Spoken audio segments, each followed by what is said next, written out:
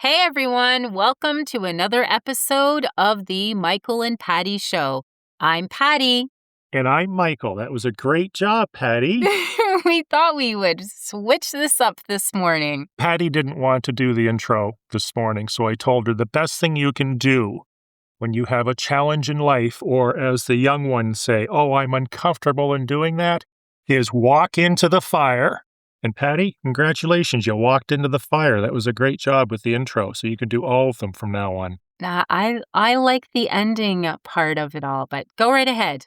Let's get started. Let's get started. So just last week, I talked to a friend of mine that's a lawyer. He owns a property that we're really not sure what can be done with it. I'm not going to get into the details about that, but essentially it's a very unique property. And every buyer that looks at it talks to the government, and then the government basically scares them half to death, and they say, we don't know what you can do with it, and we're not willing to put anything in writing for you. So essentially, this vendor friend of mine wanted me to do the legwork and find out what he can do with the property. And I said to him, well, that's just great. I'm not the one getting paid $500 an hour to run around for the next 9 months trying to put this together. And secondly, there's a huge liability, because even if I do, and there was a court case on this, or multiple court cases, where a real estate agent got a letter from the government said, you can do X, Y, or Z with this property. In one case, even issued a building permit, only to find out after the closing that the government said, oh, sorry about your luck, but we've changed our mind. And then, of course, the real estate agent gets sued. So what I recommended this lawyer friend of mine to do, and this is the ironic part, is I said, I just happen to have a lawyer in Prince Edward Island that specializes in fighting with the government to get permutation in place. Here's his name, here's his phone number. So he was sort of jittery when I said this, and I said, so what you're looking for, or what he said, I don't want to become a lawyer's gravy train. You know what that means.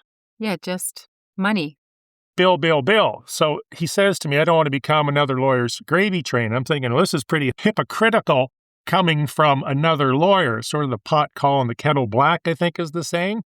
So I said to him, and I said it just this way, because I've known him for years. So I said, essentially what you're looking for is you're looking for an agent to run his feet off for the next several months or a year for free, on the pretense that one day maybe he'll have this property listed and he can sell it and collect his $2,500 commission, because we weren't talking big bucks here. And he said no, but I think the answer was actually yes, which brings us to the topic of business models that charge on an hourly rate, but there's really no fixed quote. You don't have any fixed numbers. If I get into a divorce, the lawyer doesn't say, well, we can handle this divorce. It's going to cost you $1,763 plus HST, and we'll be done in 90 days. And the same thing with accounting. Recently, Patty and I have had instances with large accounting firms where our bills just seem to be getting bigger and bigger and bigger and bigger, yet the workload seems to be getting smaller and smaller. The two things just don't add up. So the point to this subject is I always believe in hiring a proper professional, may it be an accountant, lawyer, surveyor, appraiser, whatever the case may be, and always hiring the best that specializes in whatever job I want to get done. But I do have a lot of caution there that when you're dealing, let's take the lawyer, for instance, a lot of them, their objective may be to see how many billable hours they can get out of you as a client. I haven't seen any lawyers that ever said, well, we'll get the divorced couple into a room in the back. There'd be 2 lawyers there. We're going to settle this divorce. That day, it's going to cost you $1,250. No, they're going to drag it out, and $400 for a letter, $500 for an email. You're basically writing a blank check. Patty? Yeah, well, sometimes. So 2 things there, Michael. I'm going to just step back. With regards to the accounting, it wasn't like the workload had increased, but as a result of the market timing and the market being, as a result of COVID, more profitable for agents, the accounting fees seem to have kind of also increased. So that's kind of how that played out. It wasn't. Let me address the accounting situation here. So this is a large national accounting firm. What I did, and I said told Patty to try the same thing, and I had a number of other agents and brokers do the same thing. I said, index your income against your accounting fees. And what we discovered is the more money we made, the bigger our accounting bills were. And because we were busier, they were just paid. And the other thing they did, which I totally disagree with, and I think it's almost edging on fraud, is they'd send you these progressional invoices. And lawyers do the same thing. Oh, here's a progressional invoice for the month. They send you the $2,500 invoice that month because they don't want to send you a $50,000 invoice at the end. It's small chunks. It's like leasing or financing a car. So in this case, they didn't really have much of a bigger workload because real estate agents don't do that many transactions. So you might have 125 transactions if you're a top producer versus 50. Yeah, but regardless how many transactions, what they're focused on is the revenue and the expenses. So those two columns never change. Because we're doing the accounting. You're handing them the profit and loss. Correct. So that was just with regards to that. And then the other point you're starting to go and discuss is with regards to lawyers. And unfortunately, they're in a divorce case that you're referring to. A lot of times you have one party that wants the divorce and the other party that is trying to hold on as long as they can to the relationship, or they want to make the other person's life miserable. So by resisting and delaying the inevitable, they are in turn costing themselves a lot more money. But assuming, if you look at the cost of an uncontested divorce, which is the last time I ran, it was under $3,000. A contested divorce was 10 times that. I don't think the couple getting a divorce is ever given the option to, where they say to that divorced couple, as an example, let's go into the boardroom. We're going to meet at 8 o'clock, and we're not coming out until everything is resolved. Because typically what happens a lot of times with any of these transactions, whether it's criminal law, civil law, it's all, oh, Patty, what is the outstanding loan? Oh, we'll look into that. Now you're into another month delay while you're looking at bank balances. Do everything, get it done, eliminate your expenses. The point to this is that you just have to be on top of the expenses. And I think a lot of times when we're not on top of the expenses, we're not on top of them because we don't really know what's going on behind the scenes because we're not educated. For instance, I had another agent tell me that they just finished a deal and it was a share sale and it turned into this big, huge, convoluted mess and it was so difficult. Oh, geez, the lawyers, the bills. And this transaction was not difficult. What happened in reality, in all likelihood, is the buyer and the seller didn't realize how simple a share sale is, but the lawyers made it out to be a big deal. And the same thing happened with accounting, this big national firm. You remember I told you it would take them 2 or 3 months to process my super complicated financial situation, only to find out when I replaced them with other accountants that worked for basically a flat fee, X number of dollars to finish a corporate return, they could do this in an hour. So it's the illusion of BS. Oh, this big, huge, insurmountable divorce or this share sale of a corporation that holds real estate or the big brokerage account that, oh, it's so complicated. There's numbers everywhere. They make it to be bigger than it is when in fact it isn't. And if you had the knowledge, you would know that. And you would also know what that service is worth. So you're not writing a blank check that's indexed against their yacht payments or their big Mercedes they just bought or whatever the case may be. I think most professionals are ethical, but I think the ones sometimes with the bigger chains, in this particular case with this accounting firm, they just happen to be selling it. What are the odds that someone would pump up the revenue before they go to sell? Because what is it going to do? It's going to pump up the sale price of that entity. Well, it'll make their books. Businesses always sell when things are bright and rosy. You know how many real estate brokerages have sold just after COVID? Do you think that's coincidence? No, because it was really, really slow, at least here on PEI It prior was to. dead. COVID transformed Atlantic Canada, and then all of a sudden you've got all these brokerages that are selling. And what financials, and I quizzed you on this and you got it wrong. I said, I how know. many years back do you go when you're looking at a business? And you said 3 to 5, correct? Correct. I said 3 to 5, and then I could see the look in your face. So I went 5 to 7, and I still got it. And go ahead, Michael. What's the proper answer? As long as Forever. the company has been Forever. open. Go back to day one. If it's 30 years ago, great, because you're going to see the swings in the income and the expenses. You're also going to see, and all these newbie agents that just got into the business, you're going to see that the market is going to correct itself and it's going to start to go back to more of a normal market. It's not going to be list a property and sells in 3 hours with 9 offers. It's going to be put it on the market and arduously watch it for the next 3 years before it sells. Values probably aren't going to go back to where they were, but the length on time, days on market, the absorption rates are going to change. Yes, and I wanted to just interject and say, so this is episode 125. If you wanted to learn about absorption rates and days on market and a little bit more information, download and listen to episode 124 because we do a little bit of a deep dive into that topic. Yeah, and I realize we're all over the place,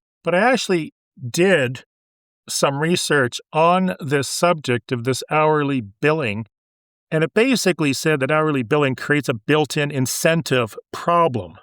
The clients want speed, the pros get paid for their time. So it's sort of like someone saying to you, I want you to paint my garage, and I'll pay you $50 an hour. Well, if you weren't an ethical operator, it's going to take a long time to paint that garage. Whereas if I was to pay a painter $500 to do that garage, he's probably going to get it done. Yeah, quicker. and even like you're saying, contractors, if you just write a blank check and say, what's your rate? Okay, so I'll just trust that you'll get that done and bill me when you're done. Versus giving a quote, how many hours auto mechanics do this, body shops do this, like all other professions will say, I will, this job I'm quoting at X amount of dollars. If there is any unknowns, they may just insert, if I run into problems with this or that, I will have to come back to you and we'll have to readdress or reapproach this. But when you're just saying, okay, in your example, $50 an hour, Michael, or $75 an hour, and you're just trusting that they're going to get it done in an efficient time period, they may extend it out, and it's just human nature. Well, if you take auto mechanics, for instance, typically if you're replacing an alternator per se, they have a book that tells them how many hours it's going to take them to replace that. And if they happen to do it quicker and they do a good job, they may make some extra money. But typically they're going to quote the worst case scenario. And maybe if they can do it quicker, maybe they'll bill you less, but at least you have an idea that that alternator is going to cost you $1,000 to replace, $300 for the alternator, $700 for labor, because they have to take half the engine apart in the front of the car. Whereas when you're dealing with accountants and lawyers, you need to get an idea what this is going to cost, and you also need to predetermine how much time they are allotted to spend on these jobs. You remember the meeting that we had a nuisance, I don't even know what you'd call it. Somebody bought a property, they weren't happy with it, so they wanted to sue the real estate agents to buy it back because they couldn't sell it, probably because they overpaid. You remember that? Well, I don't think they necessarily overpaid. Doesn't matter what the story is. When they came time to want to sell it, because life circumstances and things changed, by speaking to, people around and conversations, they felt their property had almost doubled in value. So they started high and they became stale bread. So, of course, it's the real estate agent's fault. Patty and I met with some lawyers, basically told them we're firing off one letter. That's all we're doing. What is this going to cost us? End of show. But if we would have just went in there with a blank check and said, oh, let's just turn this into 4 years of back and forth, the outcome, the billable hours would have changed. As lawyers have said, jokingly, if you can't bill 40 hours in a day, you're not a very good lawyer. And I absolutely guarantee you that just like real estate offices and car dealerships or anybody else that's doing sales, they have this big board of how much revenue you've generated. Mm-hmm. Right? Absolutely. What else do we have on this subject? That's about it. Well, the only thing then, if you don't have anything else that Oh, here's one thing I want to point out. Okay, go ahead. I apologize for interrupting you. This is one thing that pissed me off. I got an invoice, or I got continuous invoices from this accounting firm that had nothing but, this is an interim invoice, and it'd be $2,000 or $3,000. So I'd phone them up, and I'd say, is it typical, and this is the accounts billable department, is it typical for you to send out an invoice to your clients and not tell them what they're paying for? In other words, what did you guys do for your $2,000 or $3,000 in your so-called interim invoice, which we all realize is a bunch of BS so you can bill me more hours? You just do it a little less painfully in smaller segments. And you know what they said to me? What? It depends on the accountant and what they tell us to put on the invoice, which means they're purposely not putting anything on the invoice. So if you were to go up and say, well, what did you guys do? Oh, well, we took the file and we put it on somebody else's desk. There's your $2,500. Like, what did you do? $2,500 average corporate return. That's just a nothing business is what, $3,500? Mm-hmm. So you're getting a $2,500 bill and it doesn't even tell you what it is. So vague invoices, surprise charges. Surprise charges are great too. You've heard of the technology charge? Technology charge, yes, I've seen that They online. started back in the 70s when a desktop computer might be 40, 50 grand, 80s. That's the business I was in back in that time. So that's the other way they pad the bill, is they add a percentage of the total invoice as a technology charge, which is another BS expense. What else? That's about it. We've beat this to death. Bottom line, don't write a blank check. Figure out what something's going to cost. Be super educated in what services you're paying for, because chances are there's a shortcut. For instance, the divorce illustration, you get a wife and a husband that wants a divorce and they want this done in a month. Get it done in a month. So what I'm going to kind of end this with, many people assume real estate agents make a lot of money. It's just we're up front. Here is what the cost is going to be. And unless they deliver on the services and actually have it resulted in a transaction closing, a sale, they don't get compensated or paid for all their time. So just be aware of that.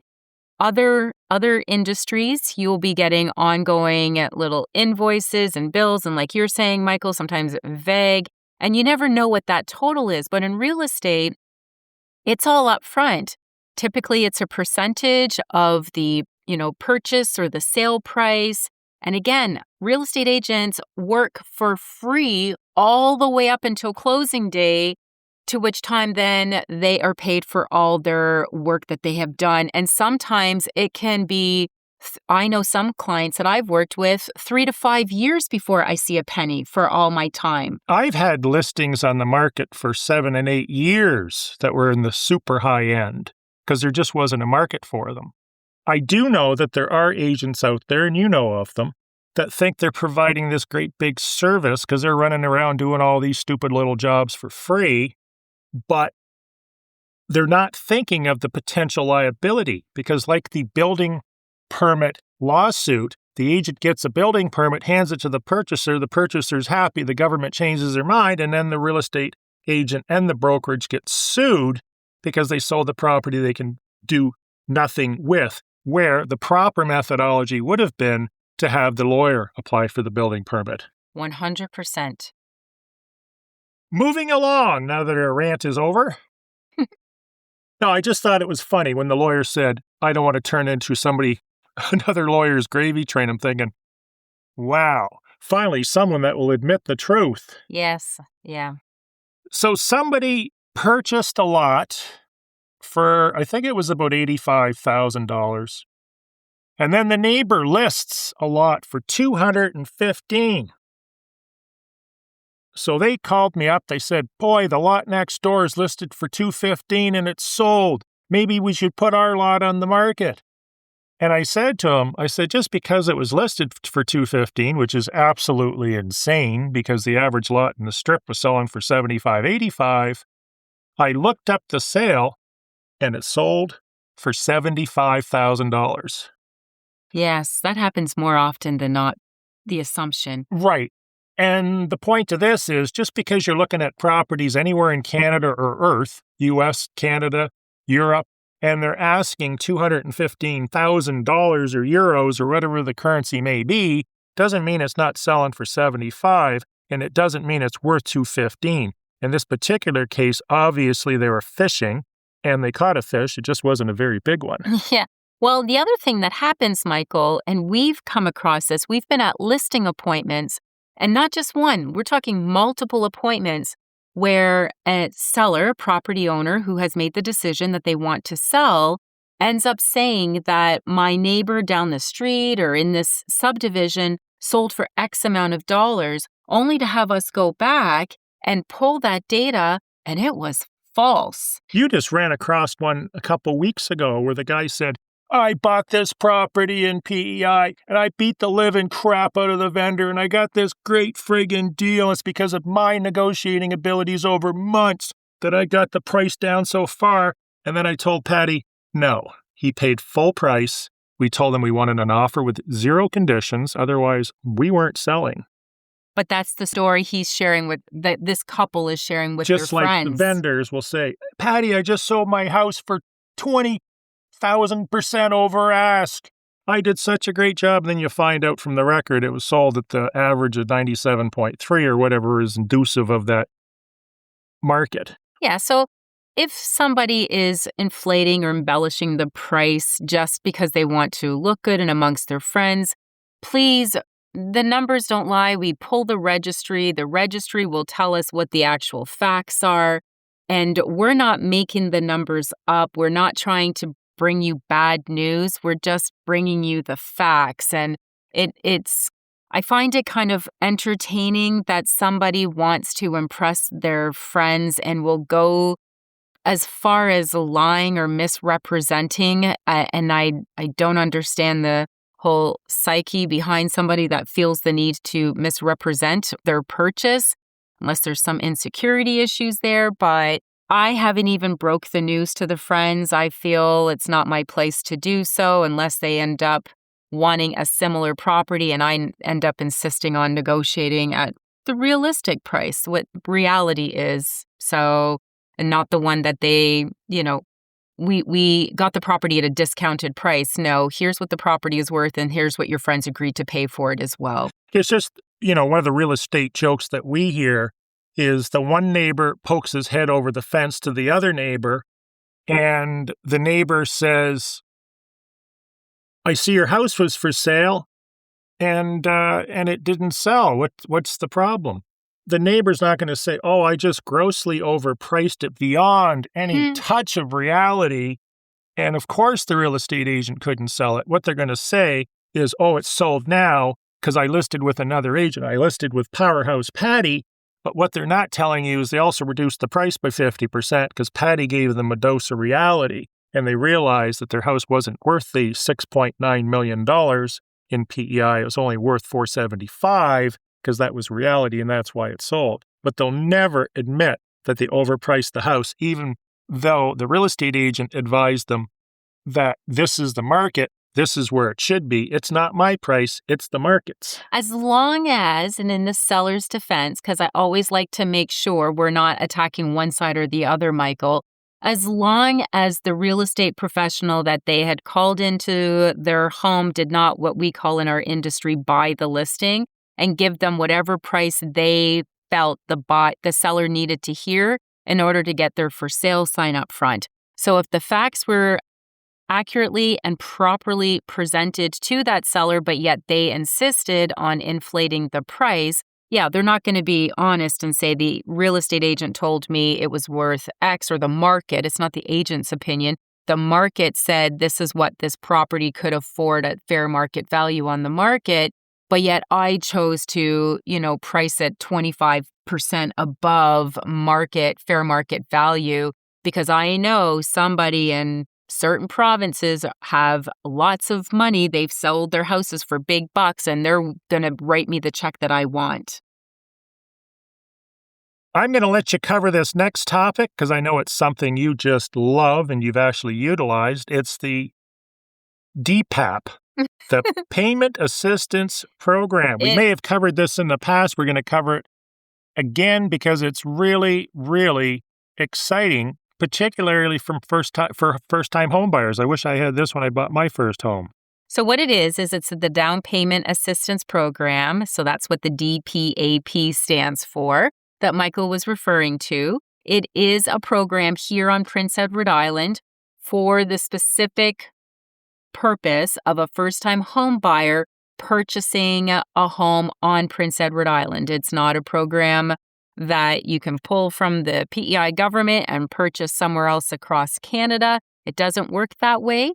The maximum amount of a purchase price on a property is $350,000, which puts a maximum of $17,500 available. It is 5% of the purchase price. You don't get the whole $17,500. Whatever the purchase price is, it's 5% calculated up to a maximum of $350,000. You must be a citizen, a Canadian citizen. You must or be a permanent resident, or we refer to them as having their PR. Again, first-time home buyer, annual household income has to be $110,000 and less. Again, I already covered the property has to be on PEI. Does not have the financial ability to pay the 5% of the purchase price without the program. So these are tenants typically who are living in the home. They're more than capable of making their payments, their rent payments, if they've got car payments. They are very responsible. They have, a good credit score. They show on paper as being a responsible person. It's just because of the cost of living, they just can't seem to put enough aside to accumulate that 5% to make that property purchase. Now, this money isn't given to you. And at this time, according to the February 2nd, 2026 last update or post on the Government of Prince Edward Island's website, stating that it is an interest-free, it must be paid back, so don't assume they're just handing this out. And there is a time period in which the funds are to be returned back to the government. So it is an excellent program. It is an excellent opportunity to get people who would really be great homeowners into property ownership so that they can start to develop some property equity and perhaps grow a family, which then they will be in the future looking to upsize. And it just creates a more stronger economy here on Prince Edward Island. Now, I remember when you said it was interest-free, and I will caution people that the terms and conditions of these offers may change. So what you should do is Google gov.pe.ca Down Payment Assistance Program, DPAP, because we have to have an acronym for everything these days. But it's not really, it is, but it isn't an interest-free loan. Did you know that? I know where you're going to go. Go ahead. The loan will bear interest at a fixed rate of 5%. I remember 5% being there somewhere, which will accrue and accumulate during the term of the loan. And this is the key point. Okay. If you're a good boy or girl, we will forgive the loan. It will be forgiven when the loan principal is paid in full. So in other words, if you pay it off and you do your payments, they will forgive the interest. If you don't, you have a 5% loan. Yeah, so you have to pay it off within this specified time period. And again, good point, which is why I referenced this was as of February 2nd, 2026, the last poster update on this particular down payment assistance program, because who knows, March 2nd, May 3rd, they could end up making a few modifications. The responsibility lies on the consumer to do their due diligence. We're just making you aware that this excellent program exists, and for as long as it does exist, because maybe this might be the last year, who knows? So you should be trying your best to take advantage of it if you are a candidate for this program. There's one last juicy detail, if I may. Okay. Participants may opt to waive their payments for the first year of the loan to allow the new homeowner to adjust to any unforeseen costs. Okay. So, pretty good program, pretty cool. I would suggest they're probably asking for a net worth statement because they're looking for your financial capability here. So it's just not about credit checks, income, and income of the whole household. It would also be your net worth, because if you got $10 million in the bank, they're going to say, yeah, this program probably isn't for you. Correct, probably. So there would be some paperwork with this. Next subject. Why hasn't this sold? Recently, I came across a very interesting listing that I had a client ask me some questions about it, and one of them was, why hasn't it sold? Do you like playing the game, why hasn't it sold? It depends on what side of the transaction I am, because it's easy for me to give the story if it's a buyer, and I start going back, I do my reverse CMA, I look at the history of the property, and I can somewhat piece together a story. But when you're on the listing side, it's a fine, delicate tightrope conversation, especially if you have somebody that is wanting to test the market. And if you don't appear excited and in love with their house, maybe you are not the right agent for this property. Here's why this house didn't sell, in my opinion, and I'm going to tell you what the purchaser said, which is concerning to me. It didn't sell because this agent sent out somebody that has obviously a brand spanking new shiny drone and he needs to use it on this property. Did you ever watch Schitt's Creek? Yes, I have. Who is it that just passed away? Moira? Yes. Poor Moira. If you haven't seen Schitt's Creek, you need to tune in. It's a phenomenal show made in Canada. And their real estate agent is also multi-hats within their community. Yes, he's a photographer, wedding photographer. He has a whole bunch of stuff. He does everything in that Portrait community. photographer. Okay, go ahead. So this particular place I looked at right away, all I saw, it was an aerial photo with this person's brand spanking new drone, and it was surrounded with farmers' fields. What message does that send to us? Think of the word Walkerton. If you want to Google that, contaminated water supply from, I believe it was from farmers' fields. But there is nothing but farmers' fields around this whole house in the aerial photo. And it showed the house sort of, just imagine a 100-acre farmer's field, and then someone cut out an acre to build a house on. Yeah, that's quite common. Delete the aerial photos. The idea when you produce photos of anything that's for sale, car, piano, real estate, is to show the best photos, not just give somebody some time to play with their drone and take a bunch of photos that aren't going to sell the property. Yeah, and it doesn't offer an opportunity. No one is saying, and I know you're not endorsing this, to misrepresent the property. So don't put the aerials so that we can hide the fact that there are farmers' fields. That's not what this is all about. However, if we don't get to have a conversation with a buyer and maybe educate them, as to what kind of farm land it is. Are they growing potatoes? Are they growing barley? So without being able to have the opportunity to have that conversation, and somebody automatically just X's it off because there was these aerial photos, we don't get to maybe present the property in its entirety and have that conversation to maybe reassure the buyer, the consumer, that what their worst fears are do not apply to this particular property. Our objective, just like any marketing company, which in essence is what a listing agent should be, is to show the property off in its best light. No different than buying a car from BMW. They're not going to show you pictures of the underneath the car's gas tank and the exhaust. They're going to show you pictures of the beautiful dash and the leather seats and whatever. In this particular case, the farmer's field killed it. And the other thing I noticed right away is it's 2 bedrooms.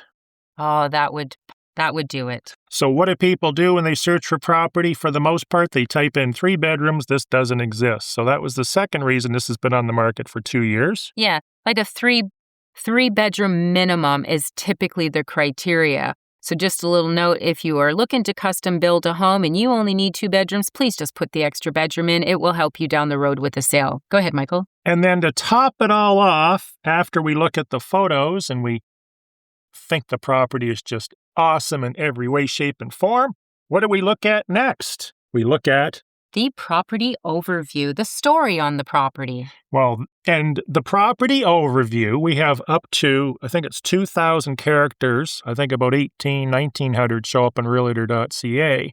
The description should be lifestyle Yes. and emotion.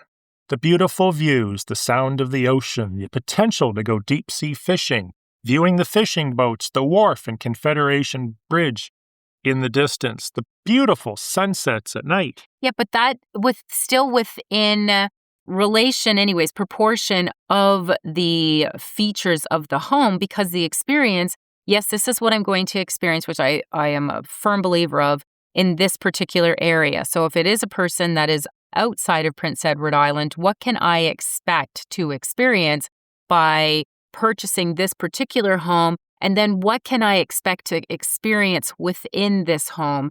And I feel if there's a fine dance, it's kind of a nice little dance that you can do as a real estate agent when you're telling these stories, not just 3 bedrooms, 2 baths, quiet location, a must-see home, but not over embellishing all the trail is 2 kilometers away. And, once you really start diving in, and now the seller or the buyer feels like they are being oversold to. So there's a fine dance making sure it's all in proportion.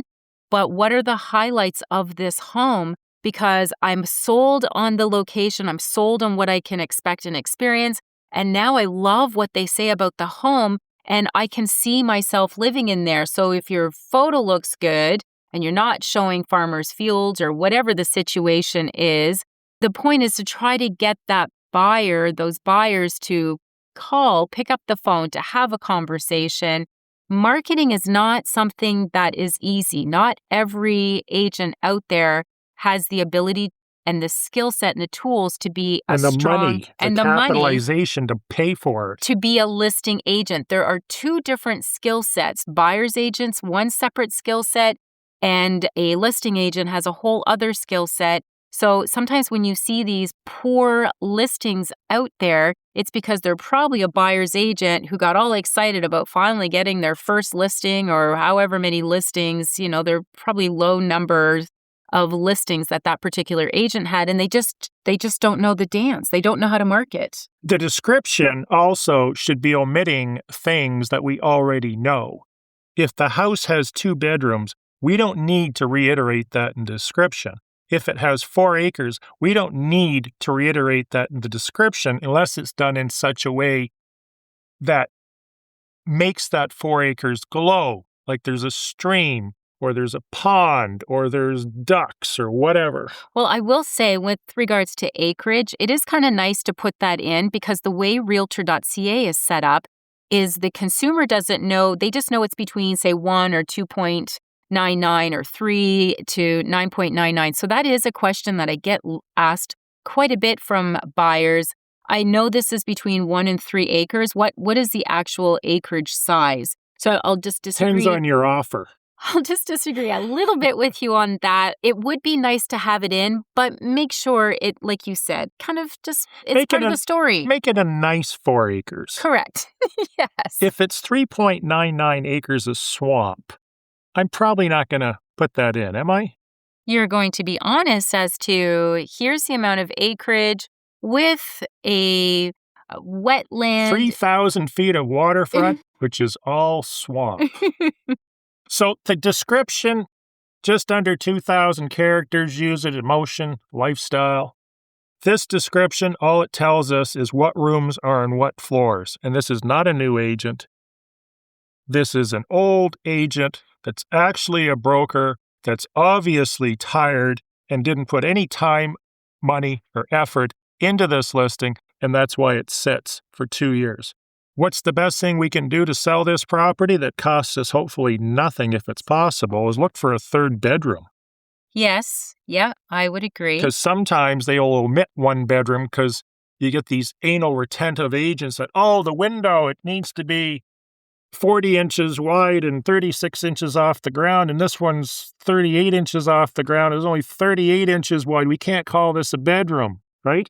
Yeah, because it has to have a legal egress window. So if they are going to stretch a little bit and call it a third bedroom, Disclose it. they have to have, it disclosed within the property overview story, which there goes the value of this story, to make that very clear so that the consumer, especially if it's somebody that is trusting the details and facts within that listing, assuming that there are 3 bedrooms with 3 legal egress, windows and it would be safe for their family, only to get here and find out otherwise after the property has closed. ICF walls. Are you for them or are you against them? I like ICF walls. I just don't like them all the way up to the rafters. Tell us about ICF, particularly in the walls, and what you like and don't like. Well, I will just tell you my experience with regards to ICF. I was in a home many years ago, and it was ICF. What is ICF? Insulated concrete foam insulation. Correct. So it's basically, imagine like Lego blocks that are styrofoam inside and out, and then they pour cement in the middle, just so we've defined what ICF is. I feel like you're kind of testing me here. Oh, I am. Well, Not anyone can be the co-host. I see. Especially Okay. if their name's Patty, because if you replaced, so we don't have to change our marketing stuff and logos, we have to find another Patty replacement. ICF, would you buy an ICF home? Again, I will go back to so I've been in an ICF home that was all the way up to the rafters. And what it felt like, Michael, was I was in this pressurized room. And while I was there having a conversation with the property owners, I was starting to feel kind of headachy. And I didn't feel well. And the husband looked at me and he said, "Are you okay, Patty?" And I said, "Yes, I don't know what it is." I said, "I'm okay. I'm just feeling a little off." And he said, it's the ICF. And I looked at him and I went, "What do you mean?" And he said, "Here, let me crack a window open and before I say anything and let me know if that helps." So they went and they cracked open the back patio door, and because they had the AC on and it was in the summer and they were trying to have the house all nice and comfortable for me. And as soon as they cracked open that door, I could feel the pressure leaving my head. So ICF up to, the foundation, where a foundation is. Underneath the main floor. Correct. Or the foundation, if it's got a basement, it would be the foundation walls. It's too airtight. If it goes all the way up to the rafters, I didn't like the experience.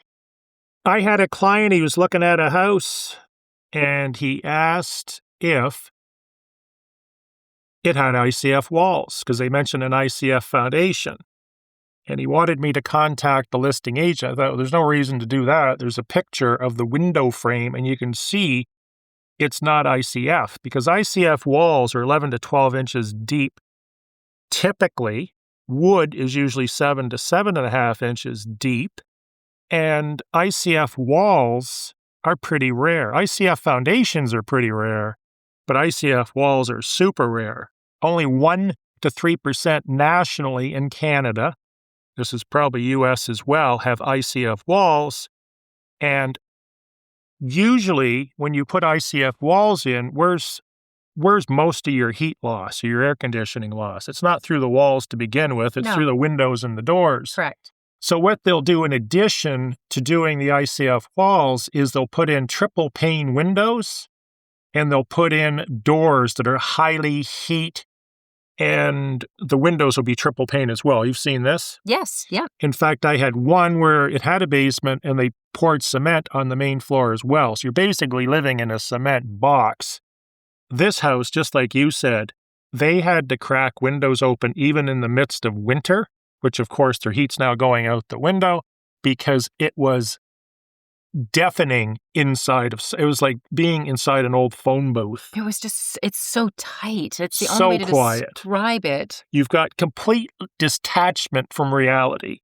Yeah. Just like people I'm thinking about running certain countries. Okay.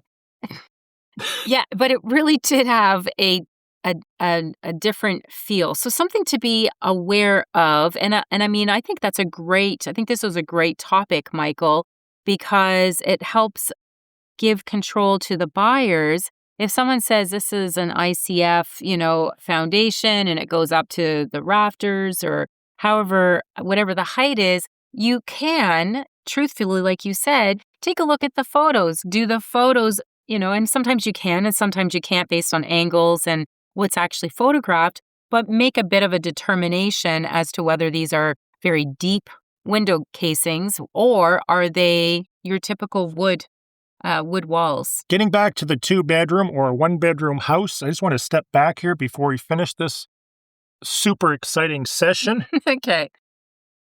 Whenever you buy real estate as a professional investor, we don't look at how easy it is to get in. We look at how hard it is to get out. And when you're in a market that lacks demand or liquidity is low, like the Maritimes, where it can take years to sell a property, sometimes over a decade with land, consider your exit strategy.